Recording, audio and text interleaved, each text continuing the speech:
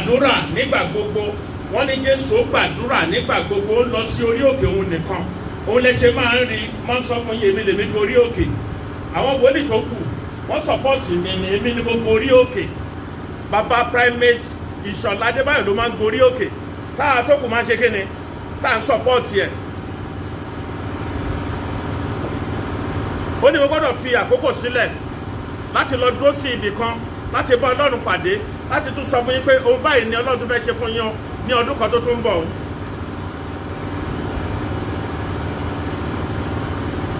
Torí ọ̀pọ̀lọpọ̀ nǹkan ni òye wá ń bẹ̀ ni mo ṣe ń ṣe kíni ni mo ṣe ń gbé kalẹ̀. Orí òkè yẹn ń sìn látó ń lọ yẹn ń sìn báyìí. Fún another year tó ti ń súnmọ́, tó ti ń kọlẹ̀kùn. Láti tún lọ bèèrè lọ́wọ́ Ọlọ́run pé Olúwa kí lóhun tó tún ní fún wa ní ọdún tuntun tó ń ṣe 2022. Ẹni tó bá létí gbogbo ohun tí ẹ̀mí ń sọ fún ìjọ, Olúwa jẹ́ ká lè dàbí Jésù. Olúwa jẹ́ ká lè dàbí Jésù. The life that please God must be a reflection of the life of Christ as Savior and perfect example. Ìgbésí ayé tó dàbí ti Jésù, ó gbọ́dọ̀ jẹ́ ìgbésí ayé tí wọ́n máa wò bí jígí,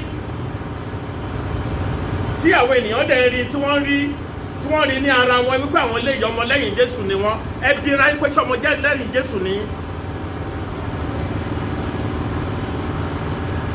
Olúkálùkù ni wọ́n máa ró nínú ọkàn ẹ̀. Sọmọ lẹ́yìn Jésù ni yín. Tẹ́ bá wo nǹkan tó ń ṣẹlẹ̀ ní Nàìjíríà ń sìn bẹ́lẹ́ máa ti mọ ọmọ lẹ́yìn Jésù. Nígbà tí Olúwa ti ẹnu wa sọ̀rọ̀ ní ọdún tó kọjá wípé ọ̀pọ̀lọpọ̀ nǹkan báyìí ló máa ṣẹlẹ̀. Olúkálùkù ṣe ń wò báyìí, ṣó máa rí bẹ́ẹ̀ ṣé kò ní rí bẹ́ẹ̀. Nítorí àwọn nǹkan tó wà ní ọkàn wa yẹn, ìwà gbogbo nǹkan yẹn wá ń ṣẹ, wá mú ọ̀pọ̀lọpọ̀ ẹ̀mí lọ. Lórúkọ Jésù ò ní fi àìmọ̀ kan fi mẹ́ni ẹ̀ lọ.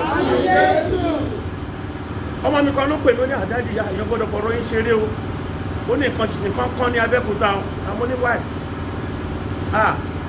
Ó ní gbogbo àdúgbò àwọn ni. Ó lẹ́rù wá ń bà wọ́n ní ṣùgbọ́n wọ́n á sọ kinní kan náà tó wà lọ plé kinní. Ó ní mo sọ pé kèké àwọn tí Olúwa bá pamọ́, àwọn ni wọ́n yọ nínú ewu.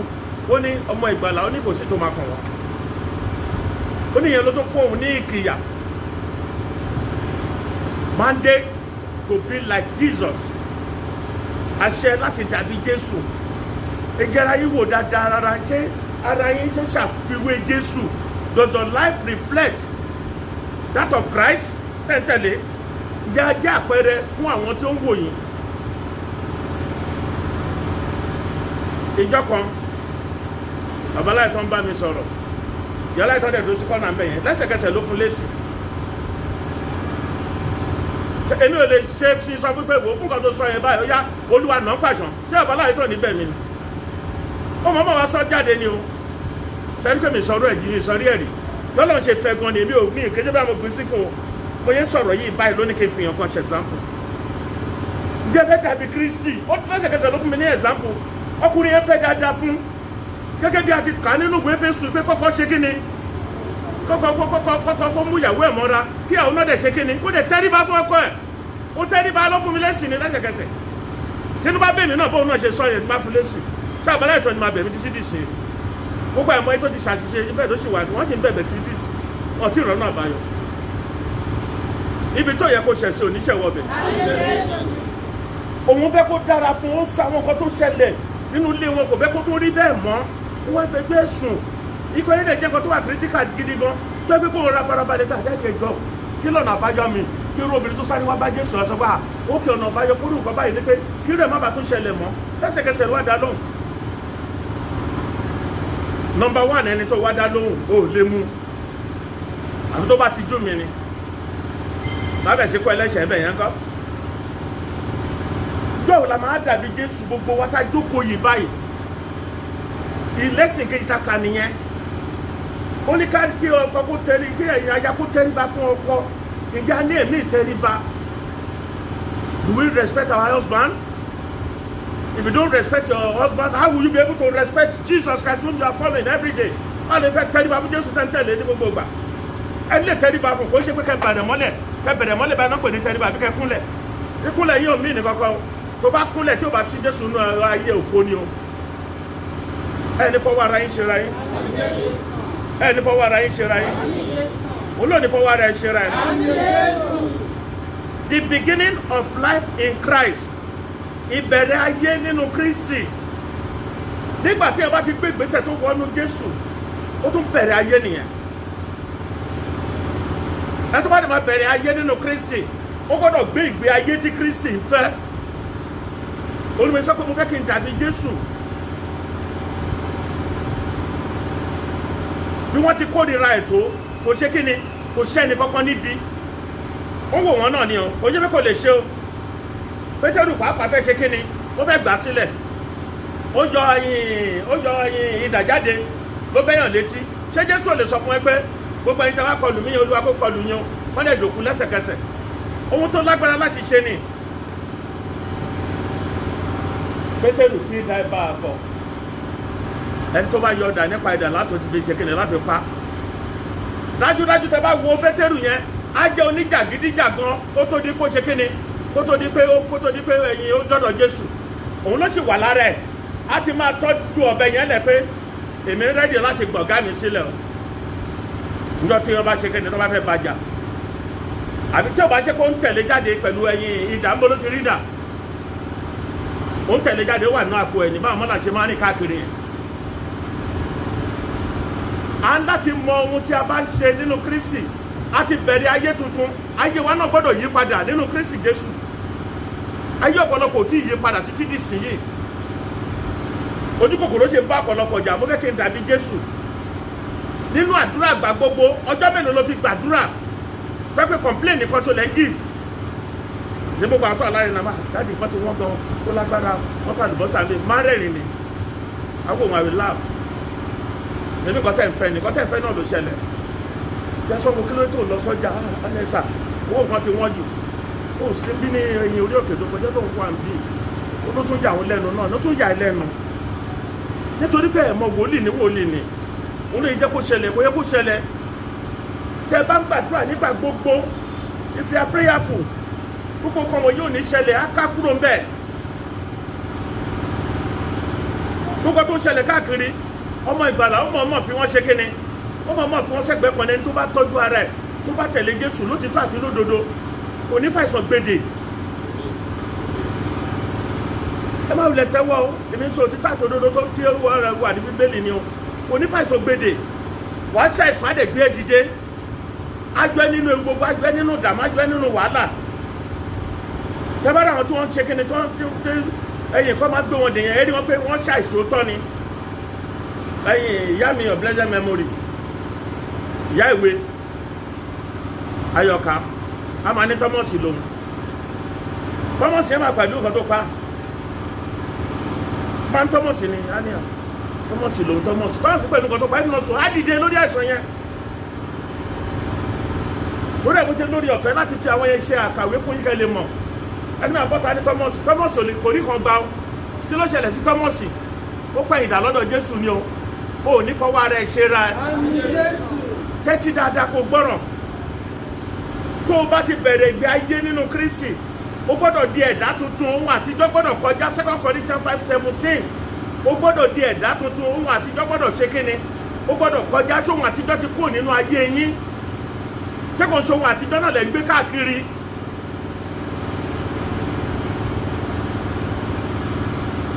Ìyá aláìtọ́ àti bàbá aláìtọ́. Bàbá yẹn pè mí ní aláìtọ́ ló máa ṣe náà ló máa ṣe báyìí. Ó dẹ̀ ń ké gidi gan, ń pọ̀ gidi gan. Ẹjọ́ ṣé aláìtọ́ gbọ̀n bẹ́ẹ̀? Lórí bàbá aláìtọ́. Gbàgbọ́n máa fẹ́ jí mọ́tò lọ. Ó folulẹ̀ káwọn ará lé mọ́ ẹ pé kí ló ń ṣe? Bí ó ṣe bẹ́ẹ̀, ṣe ló dájú gbá wo? Kò ní bàbá yìí wá sọ fún mi o. Ẹni Ọlọ́run dẹ̀ fi wọ̀n mi báyìí. Ìyá yóò máa ṣe bí bàbá yìí máa yẹ ṣe yìí. Òun bú sẹ́kù gan ni wọ́n ní aláìtọ́. Ó ló máa ní accident báwo ló máa pọ̀ díẹ̀. Ó ti ń ké gidi gan tó ti ń gbọ̀n gidi gan. Bàbá mi ẹjọ́ má jẹ́ pé aláìtọ́ mẹ́ẹ̀kẹ́ kankan ṣe ló wá gbè mí lẹ́nu. Ṣé aláìtọ́ mọ̀ ni tí ò bá jẹ́ pé gbọ́ lẹ́nu mi bí ìsìn? Kò gbọ́ lẹ́nu mi, ó ṣe wá gbọ́ bí. Ẹ bá ń gbàdúrà lórí ẹjọ́, ẹ bá ń gbàdúrà lórí ẹ̀. Bọ́mọ náà fẹ́ bímọ báyìí òun gan ló lóyún. Bàbá yẹn, ètò rẹ̀ máa sọ fún àwọn ìjọ máa sọ fún bàbẹ́ ẹ̀. Nígbà tó ọmọ ẹ̀ máa bímọ, Adéọlá ọmọ mi. Kò sọ fún wọn, àwọn ọmọdé òun ti bímọ. Nígbà wo ni àkókò wo ni wọ́n á wá díẹ̀ kí ni máa wà. Torí tó bá sọ fún wọn òun ló lóyún yẹn sínú. mo fẹ́ kí n dàbí ìjà ayé yín ti dàbí ti Kristi ìjọ ohun àtijọ́ ti kú ònú ayé yín ṣé kò ń ṣe ohun àtijọ́ náà lẹ́tọ́ repeat káàkiri. Thanksgiving ló ń bọ̀ yẹn ń sìn bá ìdúpẹ́ àti ìkórè a máa tún rí yín tẹ́ máa jà sí ráìsì bẹ́ẹ̀ ń jà nìyẹn ẹlòmíràn ni envelope mẹ́wàá mo gbà mo fẹ́ kó oúnjẹ lọ fẹ́yàn mẹ́wàá ṣé wọ́n yẹn ń ṣèkórè nìyẹn ni ṣọwọ́ nǹkan tí ó ṣe nǹkan tó ṣe gba envelope nìyẹn tó dẹ̀kọ́ náà yẹn ń ṣèkórè ẹni tó bá wá bí iná máa ń sáàbù kó ń ṣe tó wà ń lé ẹni tó wà ń bí ìbá máa dájà lẹ̀ ni tó bá lọ fẹ́ gbà lọ fẹ́yàn mẹ́wàá ẹlòmíràn bá sọ bẹ́ẹ̀ ó máa dá wàhálà lẹ̀ ni ẹni tí wọ́n rí wáyé táyé ń ṣe bẹ́ẹ̀ yẹn ìwà Kristi kọ́ nìyẹn tí nǹkan bá ṣẹ́kù ó lè lọ́bẹ̀ láti lọ gbà ṣùgbọ́n tí ó ti ṣẹ́kù wọ́n gbé kinní wọnú ilé wọn ni èèyàn mẹ́wàá la kà ń bí yìí wọ́n lè gbé 20 wọlé 20 dẹ̀ parẹ́ síbẹ̀ wọ́n ti ti bọ́nú báàgì kọ́mọ Kristi ní Ọlọ́run ní ṣe yí lọ́mọ èṣù ẹ di titun nínú Kristi ẹ di titun bá a bá ránṣẹ́ ta fún ẹ ìwọ dá padà tó bá wọ èmi gẹ́gẹ́ bí private lè ní máa pàṣẹ pé ok £2 tó dá padà èmi private fi fún ẹ pé máa mú lọ ẹ lọ bá àwọn tó bá sún omi kẹ lọ bèrè lọ́wọ́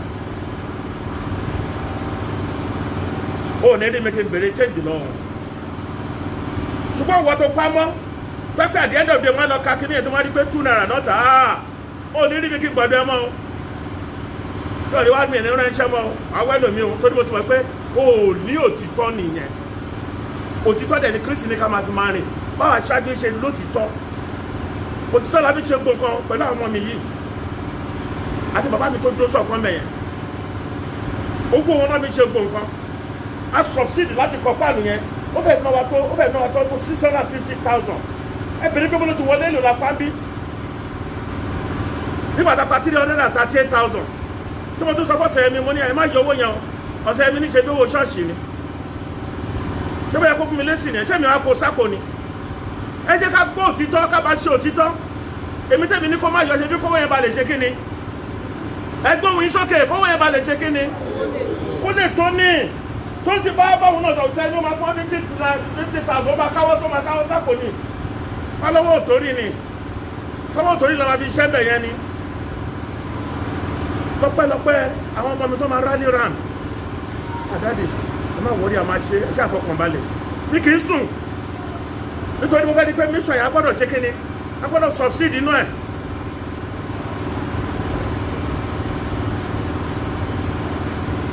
báwo ló ṣe máa dàbí Kristi ó ti sọ pé ká bẹ̀rẹ̀ nínú Kristi ká bẹ̀rẹ̀ ayé tuntun nínú Kristi ǹjẹ́ wọ́n ti bẹ̀rẹ̀ ayé tuntun nínú Kristi ṣáyé ẹ yí padà ṣó yí padà nínú ilé ẹ ṣó yí padà àwọn ọkọ nígbà yẹn wọ́n máa ń jà ẹ̀gbọ́n àtàbúrò àwọn náà tó lẹ́nu ọ̀nà yẹn Ọlọ́run kó ṣàánú wọn ó bẹ̀ wọ́n tì ọ̀ǹtì tí ìyá kan fi wá dìde wá ní ìfẹ́ dá màmá yẹn lóhùn ṣùgbọ́n mo tún wòó pé fẹ́ respect ẹ̀ bí náà àgbàlagbà fẹ́ lé wọn dànù ni ó sọ lójú wọn ó ní fẹ́ lé ní church ọmọ tó ti sọ jáde fẹ́ gbogbo àgbáyé gbọ́ fẹ́ lé wọn ó máa sọ pé ẹ̀yin lè jẹ́ ṣé wọn ìyá yẹn ti try to gbọ̀ngbọ̀ ẹ̀ wá kó church ẹ̀ máa lọ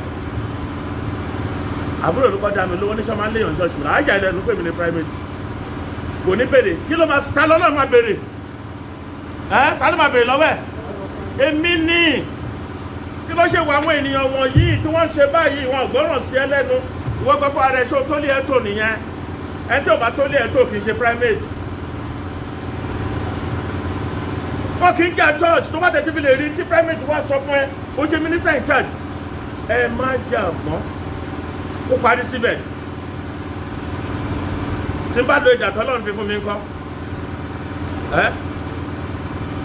ẹ mẹ́kó lágbára ó kà àwọn tó ń jà yìí ó lábá mi kọlu wọn ìwà àwọn nǹkan tó máa ṣẹlẹ̀ bóyá ẹ lè bẹ̀ mí padà tó bá bẹ̀rẹ̀ ó máa lágbára èyí kò ní láìkẹ̀ rárá èyí kò máa ná gbèyàn bẹ̀ mí ní dáhùn mọ́ ẹ ní fọwọ́ ara yín ṣe ra yín ẹ bẹ̀rẹ̀ ayé tuntun ẹ má jẹ́ ká rí ìjà láàrin yín mọ́ ẹ fi ra yín ṣe ọ̀kan bẹ́ẹ̀ náà nìyàwó náà gbọ́ràn sẹ́kọ lẹ́nu ọkọ ìwọ náà máa ṣe jẹ́jẹ́ gẹ́gẹ́ bí Kristi ti là sílẹ̀ fún wa ẹ ò ní sọnù ẹ ò ní sọnù ẹ ò ní sọnù in Christ the sin and conflict of old life are resolved nínú Kristi ẹ̀ṣẹ̀ àti àwọn àbámọ̀dá oríṣiríṣi tó wà nínú ayé wa tẹ́lẹ̀ nínú Kristi gbogbo ẹ̀ ti kúrò ńbẹ̀. pẹ̀lú tó bá wà nínú Kristi ni torí ẹ̀ tí ẹ̀ṣẹ̀ bá ṣe ń bẹ ìjà tó ń gbé káàkiri táwọn àbámọ̀dá irú èyí tí wọ́n ti gbèsè yín láti àwọn ìyá tọ́mọ bá ti sí kìkẹ́ lọ wéwúrò àti ògógóró tí ò bá sọ ògógóró mọ́ Nàìjíríà kan kí lè máa lọ wá wọ́n á tó yí símọ̀ mi tí ẹyin làpálàpá àbí kí náà pé kíní tó máa ń wúsẹ̀ kẹ́ wọn yẹn tí ṣègede bá mú yàn wọ́n ní ẹ lọ wá kíní kọ̀kẹ́ lọ fọkẹ́ lọ lọ ẹ fi kún lẹ́ẹ̀kẹ́ àwọn àbámọ̀dá táwọn ti gbé sílẹ̀ fún yín Ọlọ́run ò fẹ́ rú ẹ̀ mọ́rọ̀rọ̀ Kristi kó gbélé lẹ́sẹ̀kẹsẹ̀ ló máa gbẹ́ ẹgbàgbọ́ tó ń ba yín jà ni.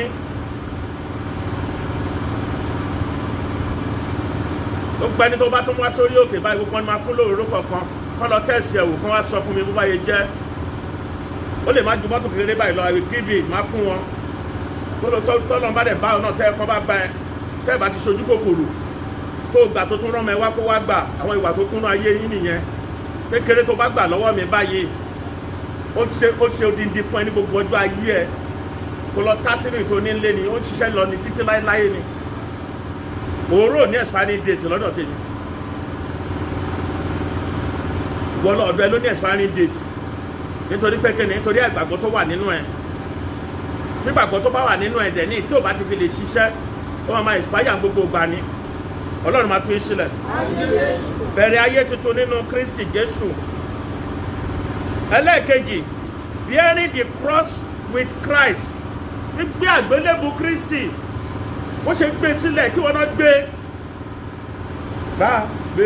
àgbélébù rẹ̀ ní Kristi bó bá fẹ́ sọ ọmọ lẹ́yìn mi ṣe lárẹ̀ kọ́ ayé yìí sílẹ̀ sí máa fi rẹ̀ lẹ́tẹ̀ lèmi. Bí àgbélébù tí Kristi sọ pé kò gbé gbogbo tó bá ṣẹlẹ̀ sí ẹ àgbélébù ẹni. Òun kan tẹ̀ láàmú nínú ilé àgbélébù ni bí Kristi ṣe gbé nìyẹn. Òòrò jẹjẹ àgbélébù ẹni gbé. Ìyàwó ẹ̀ ń ṣe ìtòhùn àgbélébù ẹni gbé. Ọkọ ẹ̀ ń ṣe rárára àgbélébù ẹni gbé. Ọmọ ẹ̀ ló ṣe kọ́tọ̀kọ̀tọ̀ àgbélébù ẹni gbé. Bá àgbélébù ẹni Kristi wí wọ́n fẹ́ ṣọmọ lẹ́yìn. Tó bá ti ṣẹ́ra rẹ tó bá ti kayé sílẹ̀ Jésù àgbọ̀ tiẹ̀ abẹ gbàgbélébù kárù ẹ̀ lọ́rùn kò ní wúwo fún ẹ láti gbé. Tó bá ti kọ́ ohun táyé sílẹ̀ abẹ gbàgbélébù náà. The new life in Christ does not grant us freedom to do evil or live the way we like.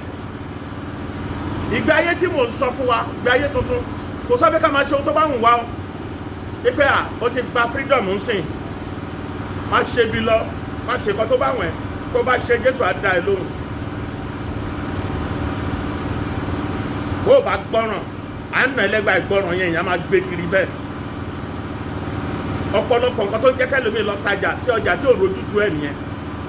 Ẹ máa fọwọ́ ṣe example now. We need 600,000. Mo wá síwájú yín, mo ní bó la máa ti rí. Kò sẹ́ tó fún mi solution. Everybody dákẹ́ ni. Mo lè bẹ̀ sí gbèwé mo bẹ̀ sí ṣe kíní fún ara mi. Tó ní mo ti mọ̀ pé àwọn tó máa ṣàjọ̀dún kò sí kí n bá fò sókè kí n gba ìṣòro oṣù mẹ́ta. Ìyẹn ò sọ pé kán change kọ́ tó máa gbé sílẹ̀ náà máa gbé sílẹ̀. Capacity yẹn láti jọ́ mo ti lọ wọ́n bí ọdún bíi márùn-ún wọn kọjá nǹkan tó ń kọjá yẹn. Ibẹ̀ náà máa ń dé bus stop wọn nìyẹn. Bẹ́ẹ̀ náà mo ti wo ogun ẹ̀. Ṣùgbọ́n àmì Ọlọ́run wá sọ pé ọmọ mi ṣe báyìí kíkíní ẹ̀ báyìí ṣe kíni kó lè yé ṣe. Bẹ́ẹ̀ náà láyé sórí òkè. àná bíi 2 million níbo la ti ń rí ṣé wọ́n ẹ̀rù pa àdánù church ni àdánù church orí ọ̀fẹ́ táwọn arígbà lọ́dọ̀ Jésù nìyẹn òun ló gbé nǹkan yẹn tí wọ́n náà bá lè ṣe kíni tó bá lè gbàgbé lébùn yẹn láti máa tẹ̀lé Kristi tẹ́ ẹ̀ bá wá láti wá fira yín ṣeré tẹ́ ẹ bá gbọ́ nǹkan tá à ń sọ tẹ́ ẹ̀ dẹ̀ bẹ̀rẹ̀ sí máa ṣe kíni tẹ́ ẹ̀ bẹ̀rẹ̀ sí máa gbé gbèsè lórí ẹ̀ tó o bá ṣe pa tiẹ̀ tó o bá jẹ́ pé tó bá pé kí ẹnìkan tó ló ń ṣe. Christ and the cross are inseparable. Kristi pẹ̀lú àgbélébù wọ́n lè yá ó máa gbé ni bó o fẹ́ bó o kọ̀ ó máa gbé. Luke 9:23. Luke 9:23.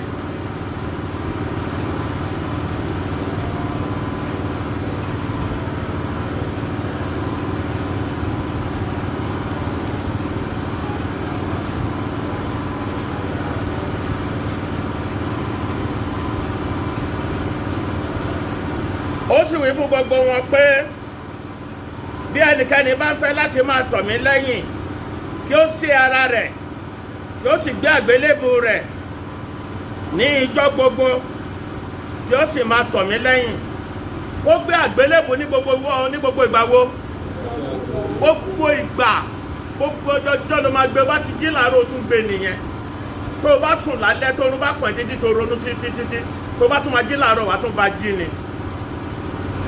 tó bá tún ti lọ lọ́nà bó wà nù mọ́tò tún gbé nìyẹn wà á kọ́ tó bọ́tà ẹlòmíì tún sọ̀rọ̀ ni a tún yẹ lẹ́nu bá tún bá ìtúwọ́ náà tún rò àwọn lágbára mo tún dúpẹ́ lọ́wọ́ Ọlọ́run tọ̀dọ̀ mi tún yàtọ̀ sí tẹ́lẹ̀ tó tún sọ wà á tún débi tó ti ń tajà báyìí wà á tún máa dá ẹlòmíì àtúwọ́ àròjọ fún ẹ báyìí ló ń ṣẹlẹ̀ kílẹ̀ ń ṣe ọjà yóò máa ta bọ́ ṣe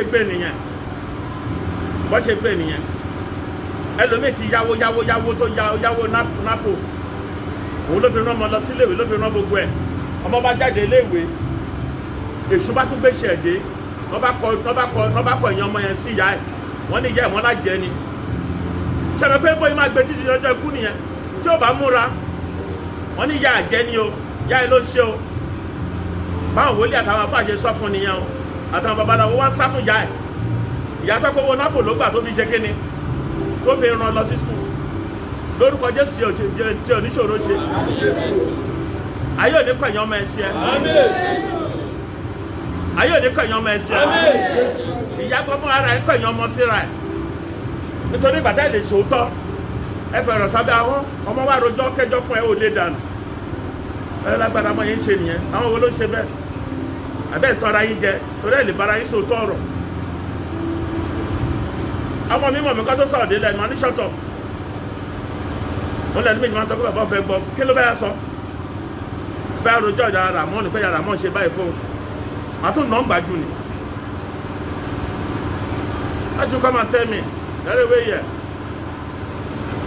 ibi tẹ́ bá ti ń gbọ́ níbẹ̀ lẹ́ máa ti ní kíni lẹ́ máa ti ní kùsínú sí ẹni yẹn lẹ́ máa wò mẹ́wàá ó lè frame ẹ̀ ó lè jẹ́ pé torí bẹ́ẹ̀ ti sọ̀rọ̀ sí ló jẹ́ kó ṣe kíni ló yẹ kó change attitude yẹn ẹ láti máa ṣọ́ra ẹ má tún fọwọ́ ara yín pa tọmọ jẹ́ ẹ bá bàjẹ́ àdọ̀tá yín tó bá dọjọ́ wájú o ọmọ ẹ̀ ní dọ̀tá o ọmọ tó gbè lẹ́yìn tó wá rojọ́ fún ẹ tó dọ̀ á jà ilẹ̀ ẹnu pé kò wọ́n ní lọ́ṣọ́ọ̀ṣì mọ́ wàá máa sunkún lórí ẹ torí pé wọ́n ló gbà fún ni o ọmọ ké wá sọ́dọ̀ ẹ̀ sọ pé yá gbẹ́rù ẹ má padà lọ bó wá kọ̀ wọ́n ni ọmọ mi kọ̀ọ̀kan tó ṣe gbé lọ́dọ̀ mi títí di sí nìyẹn mo fà á síbì kan ó wà lọ ṣé ìjọ nípò mi lòún máa lọ mo ní tó bá ti lọ síbò mi kó lọ́dọ̀ tèmi èmi jáwọ́ nìyẹn.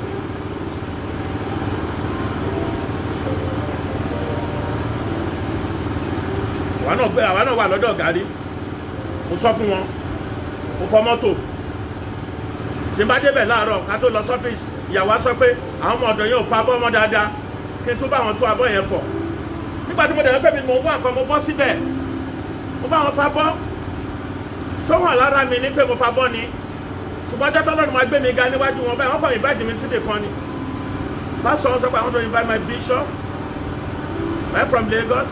This Bishop Dr. Oluwafemi Adebayo from Lagos State. Ṣé máa gbójú sókè ìgbà tí mo déwájú báyìí tí mò ń kí wọn báyìí ìyàwó ọ̀gá mi ni mo rí. Mo ara sọ sínú mi mo ní àwọ̀ báyìí. Bí o máa kúnlẹ̀ bó ní kúnlẹ̀ a máa rí ẹ. Nígbà tó rí pásítọ̀ tó mú dọ̀bálẹ̀ kó wá kọ́ ọmọ ọjọ́ bóyá o máa dúró. ó bá kúnlẹ̀ ẹsẹ̀ méjì dáàdì iṣẹ́ mọ̀ mi wọ́n ní mo mọ̀ yín náà ẹ̀yin lágbájá bẹ́ẹ̀ yẹsà kò gbọ́dọ̀ má ṣe ni a ní pásọ̀ tiẹ̀ ń dọ̀bálẹ̀ ni pásọ̀ ló bá mi gba báìbù mi wá sínú mọ́tò nígbà tí mo lọ bàbá òṣèré ló gbé mọ́tò yẹn fún mi pẹ̀lú ayé dírẹ́bà kan tó bá mi wà lọ mọ́tò tó dáná gbé fún mi pásítọ̀ ló gba báìbù ló gbé lọ sínú mọ́tò kí lọ́mọjọ́ máa ṣe àjọfẹ́ kúkọ́ nìyẹn ìjọ tí ìspẹ́tọ̀ jó kíni sájẹ́ǹtì máa ṣe àjọfẹ́ kú nìyẹn ló dé ta ló ní dáàdi ẹ ǹlẹ́ sá o ọlọ́run aṣọ agbára yín dọ̀tun ó tẹ̀ ti dọ̀tun kò sí nǹkan tó lè parẹ́ òun ló ṣe rí mi náà gbé mi sípò yẹn ó ní ẹgbàá wíwọ́n gbà ṣe ló ti kọjá lọ ìgbà tó ti dé o èmi tún gbàdúrà fún yín òun kan báyìí òun lẹ́ ń fẹ́ láàrin ọ̀sẹ̀ yìí báyìí ni olùwádẹ sọ fún mi pé bí ọlọ́run ti bẹ tẹ́mi ẹ̀ ń bẹ lórúkọ jésù fún ẹ máa tó yín lọ́wọ́ mo tún di ọba fún ni níbẹ̀ kò lè jẹ́ kó má pè mí sí mo tún ti wá bá a nọ́mbà ẹ̀ torí kò tí ì àkókò mi ò tí ì tọ̀ ó yìí tó kú díẹ̀ wọ́n ti pọ̀ bẹ́ẹ̀ kan tó ń bọ̀ bẹ́ẹ̀ lórí òkè wọ́n pọ̀ bẹ́ẹ̀ rẹpẹtẹ wọ́n bá fìbà fún jésù kí ni mo fẹ́ sọ fún ẹ kó di tuntun nínú kristi gbégbé ayé tuntun fi gbogbo ohun àtijọ́ fi sílẹ̀ àgbélébù tó gbé ni ní gbogbo ìgbà ní gbogbo ọjọ́ ni kó fi máa gbé as you follow Christ and seek to live like him we too cannot be separated from the cross a lè yà wá kúrò nínú àgbélébù o bó ṣe ń tẹ̀lé jésù wá rò pé àti yẹ kó àgbélébù tó máa gbé ni máa ṣe gbé sí lẹ́ẹ̀tì tí kú ẹni tó rù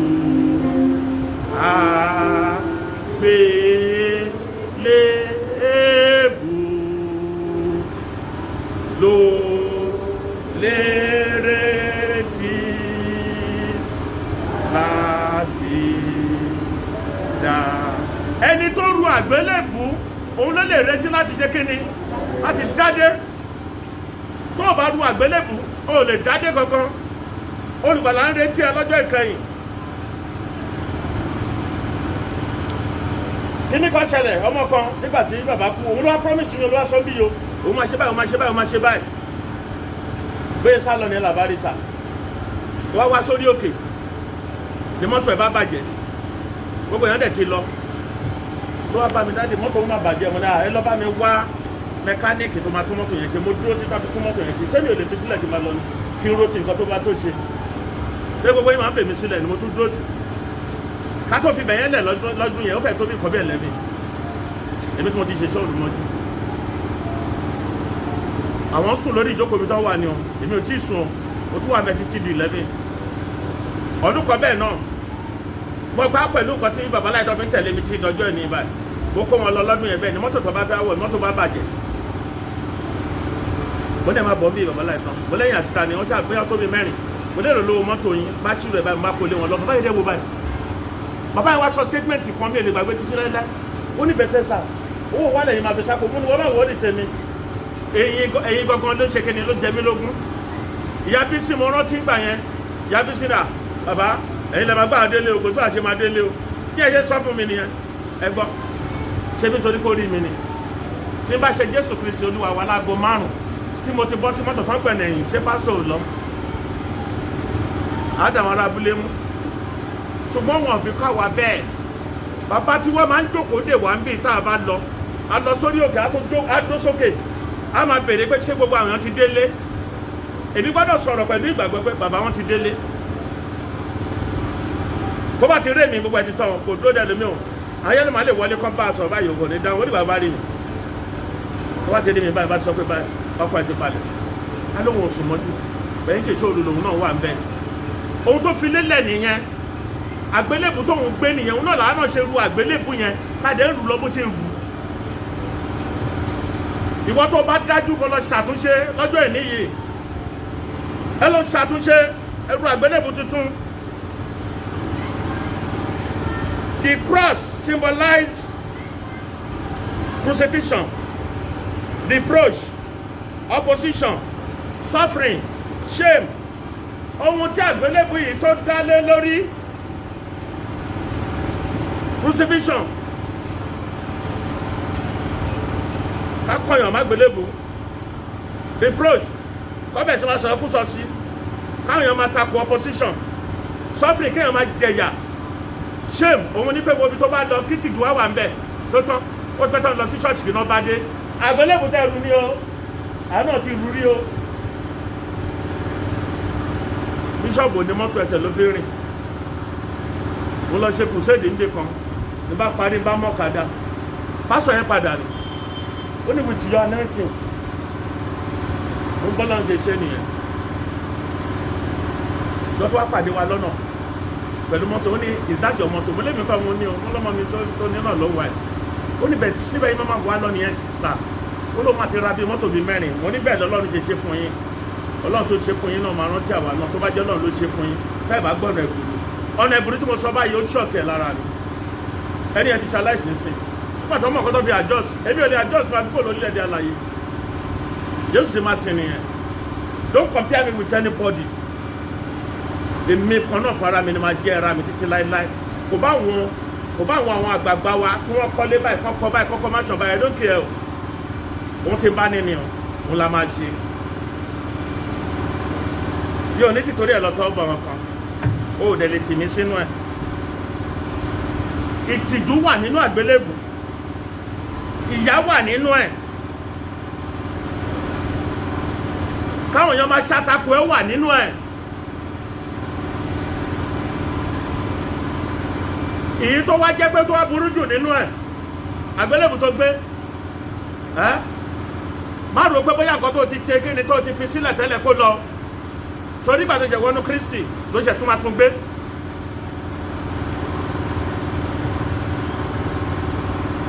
ìwọ ló ń jẹ́ káìsàn máa gbé nínú àgọ́ ara ẹ nítorí pé o gbàdúrà ẹ pé káìsàn yẹn ṣe kí ni kó lọ tó ń ṣàìsàn yìí ló máa pa mí òun mà ló pa ìran wa kan òun mà ló ṣe lágbájá mà sọ́bà kú mà ní ó má jẹ̀yà kú ni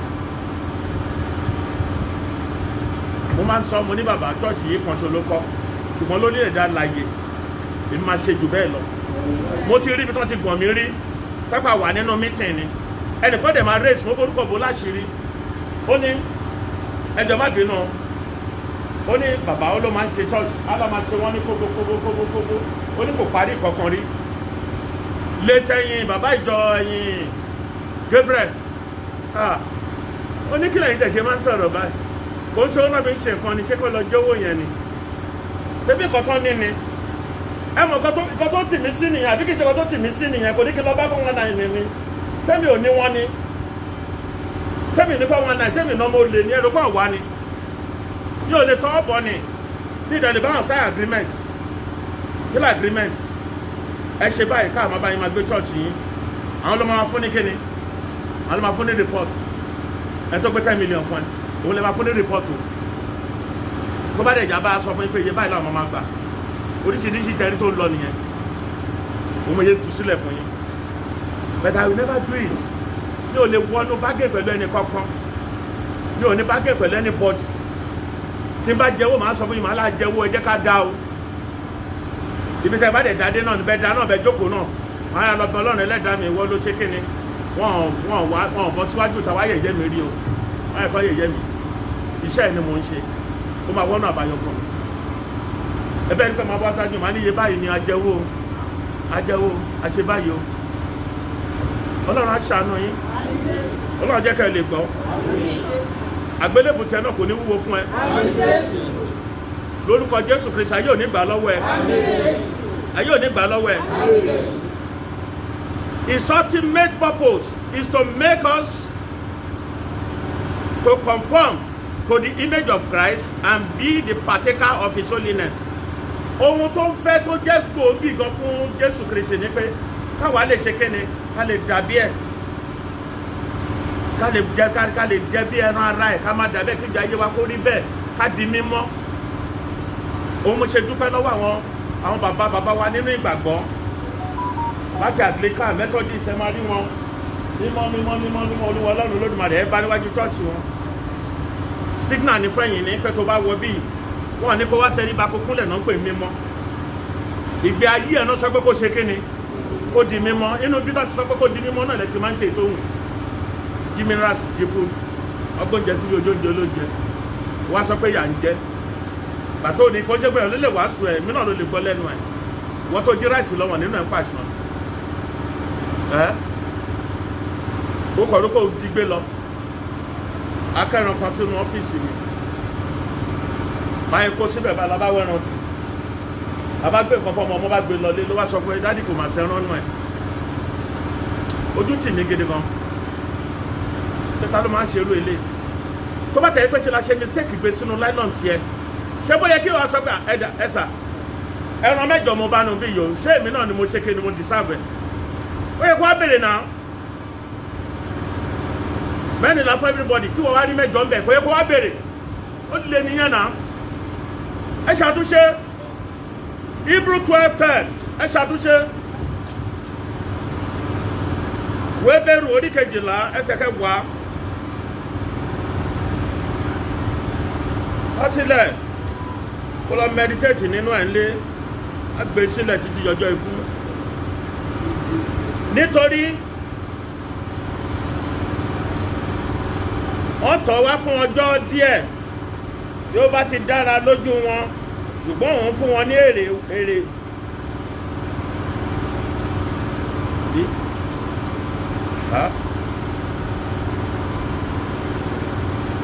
12:10 nítorí wọ́n tọ̀ wá fún ọjọ́ díẹ̀ bí ó bá ti dára lójú wọn ṣùgbọ́n òun fún wọn ní èrè wá kí àwa kí ó lè ṣe alábàápín ìwà mímọ́ kémi àti ẹ ká bá lè ṣe alábàápín ìwà mímọ́ mímọ́ ló fẹ́ ká máa jẹ́ Olúwa lè jẹ́ ká ṣe alábàápín ìwà mímọ́ náà kí ni ìwà mímọ́ tó wá ń béèrè òun ni ẹwà àti ọ̀ṣọ́ tí Jésù ń béèrè lọ́wọ́ wa the beauty of Christ likeness the beauty of Christ likeness ẹwà àti ọ̀ṣọ́ tí Kristi fẹ́ ká máa jẹ́ èmi àti ẹ fẹ́ máa rí ẹwà yẹn fẹ́ máa rí ọ̀ṣọ́ yẹn nínú ayé wa àwọn ọmọlẹ́yìn Kristi làwọn lé wọ̀nyí o ẹwọ̀rọ̀ ẹnu wọn ẹlòmíà ló wọn ò gbádùn ọmọlẹ́yìn Kristi àwọn ọmọ tó bá dẹ̀ gbádùn báyìí wọn máa ń wò mí rárá ẹ̀ máa ń kó ní sáìdì ọ̀dọ̀ wọn ni mi ò fẹ́ mi ò fẹ́ àwọn tẹ́jẹ̀ wọn bá ti yàtọ̀ sí ẹ̀jẹ̀ Kristi nítorí wọn á kó bá mi mi ò fẹ́ àwọn tíbi ayé wọn bá yàtọ̀ sí ti Kristi wọn á kó bá mi lọ́jọ́ kan à ń lọ báyìí dé wájú àwọn ọmọ bọ́ọ̀ ṣe secret court wọn wá rìn èmi dẹ̀ ti rí wọn mọ́tò yellow man ẹni sòrò ó wà bẹ́ẹ̀ kóṣù náà wà bẹ́ẹ̀ ẹni sòrò àwọn bọ́ọ̀ ṣe àwọn ọmọ ọ̀rá nìyẹn ni wọ́n bẹ́ẹ̀ ti rí wọn. wọ́n ní kí ló ń ṣe yín náà ẹ fà wọn lé wọ̀nyí lẹ̀ ẹ kàn jẹ́ káwọn lè mú lẹ́sùn wa ni ṣùgbọ́n tá a bá tẹ́ra fi wọ́n sílẹ̀ kò bá jẹ́ 50 hours náà fi rìn títì adẹ dúró wọn adẹ lọ adẹ wọn máa lọ ìṣẹ́jú kan ló wà láàrin ìyá àti kò ẹ̀kọ́ tá a bọ̀ lórí òkè tí mo léyàn kan wà mí àmì dẹ̀ dáwà dúró àmì ní okòó sọlọ́pàá o àwọn bí mẹ́rin ó dẹ̀ dáwà dúró báyìí kò dá wọn lóhùn ló bá ń lọ tí àwọn pípọ̀ yìí gbé mọ́tò báyìí wọ́n kọjú ìbọn wọn kọ́ òkè ẹ̀ báyìí ó ní ẹgbẹ́ wá sílẹ̀ Ọlọ́run ló rí mi iṣẹ́ kò ń ṣe yàn wọ́n lè gbé mọ́ sílẹ̀ wọ́n yẹ wọnú mọ́tò máa yẹ lé wa nìyẹn ọkọ̀ bá wa bẹ ráńdà yìí bàtà máa débẹ̀ báyẹn mẹ́lọ̀ sọ pé tètè mú dọ̀bálẹ̀ mo dẹ̀ mú dọ̀bálẹ̀ ah bàbá why now why do you tell your driver to speed on wọ́n lè mi ò bá sọ òun ló kánjú fúnra ẹ̀ ló kánjú lórúkọ Jésù Kristi ẹni tẹ́sù máa lò tó máa gbé yín sí ẹnu èṣù ẹ̀ ní bá pàdé àjọ ìmọ̀ ti sọ pé máa lọ tiẹ̀ lọ́tọ̀ kébí náà máa lọ tèmi lọ́tọ̀ ní bá rí èèyàn báyìí ṣe gbogbo àwọn tó wà bẹ̀ tó ń tajà wọ́n ní káàmì ẹ bá tẹ̀lé yàn bẹ́ẹ̀ yẹn débẹ̀ wọ́n lọ́ ti tó bí àwọn márùn kan ti tẹ̀lé débẹ̀ wọ́n máa lọ tún wọn gàdúrà tó wọ́n níjọ́ lọ fọ́sẹ̀ kan ọ̀nà máa ní wà ń bẹ̀ ìyàwó mi wà ń bẹ̀ àwọn ọmọ mi wà ń bẹ̀ ó ti wà ń bẹ̀ ọ̀rẹ́ mi sáàlì yẹn náà wà ń bẹ̀ àtọmọkùnrin tó wà wáyẹ̀ ṣẹ wá rí nǹkan tí ọjọ́ yẹn fojú wa rí adẹ̀dẹ̀ Ṣàngó a wá lo wákàtí 5 ní Ṣàngó lórí bíríìjì yẹn síbi ìyànà yẹn lọ́nà ṣe lọ mọ́nà ló bá ń jọra papọ̀ ló ń jọra mọ́lẹ̀ ló ń jọra wọ́n á wò wẹ́ ìwọ́kẹ̀ adìdé wà sí mi lọ́nà Abẹ́òkúta tẹ́bá ní tírélà tó dábò ọ̀nà kò sí wáyé fẹ́ kọjá àgbàkan tó wọ kúrò ń bẹ̀ ló bá ń kanra ló ń jára pọ̀ ló ń ṣe kíní kan ó kékeré ní pírọ́blẹ̀mù ẹ̀ arákùnrin ó lẹ́nìkan fẹ́ fóun lówó olóde sọ pé òun máa dé láago 8 mo wá rẹ́rìn mo ní ṣe bá aago 8 ló sọ fún ẹ mo lẹ́ni yẹn máa sùn títí dìrọ̀lẹ́ wàá bá ń bẹ́ ó máa dìrọ̀lẹ́ sẹ́ni ìgbà tó máa fi wá bá ẹnìyẹn bẹ̀ tó bá ń bẹ̀ ó dé bí títí nǹkan bíi 2 ó fi padà lọ wá pè mí ó dé bí ẹnìyẹn kó ní ṣe ló ń sùn wọ́n ló ń sùn ní sáláàtì nǹkan bíi aago 10 àdó máa sùn dìrọ̀lẹ́ ni wọ́n ló tún jọ ní máa wọ̀ ní jẹ́ kó òun relax tó bá di nǹkan bíi 5 wọn máa lọ ó máa relax ni Ọlọ́run jẹ́ kó relax lójú ikú bóyá máa relax nìyẹn ló wá ṣe wà ń bẹ̀ mí wá ń bẹ̀ mí mo má bẹ̀ mí o mo ti láti gbà mo pé gidi ẹ̀ ó wà mí mọ́ ìṣù ni ẹ jẹ́ ká mú ẹni tá à ń sìn ẹwà ẹ lágbára ọ̀ṣọ́ ẹ lágbára ohun tó bá béèrè lọ́wọ́ ẹ ni tó bá ti ṣe lọ́ṣọ̀ọ́ á ṣèwọ́ náà lọ́ṣọ̀ọ́ tó bá gbé sókè dáadáa òun náà gbé ẹ sókè bó bá ṣe pé Jésù náà bẹ́ẹ̀ ló ṣe máa dá ẹ lóhùn. Psalm 90 verse 18.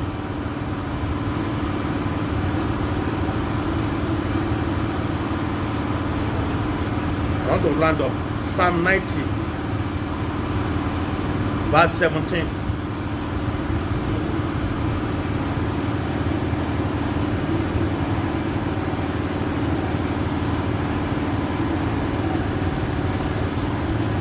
Psalm 90 verse 17.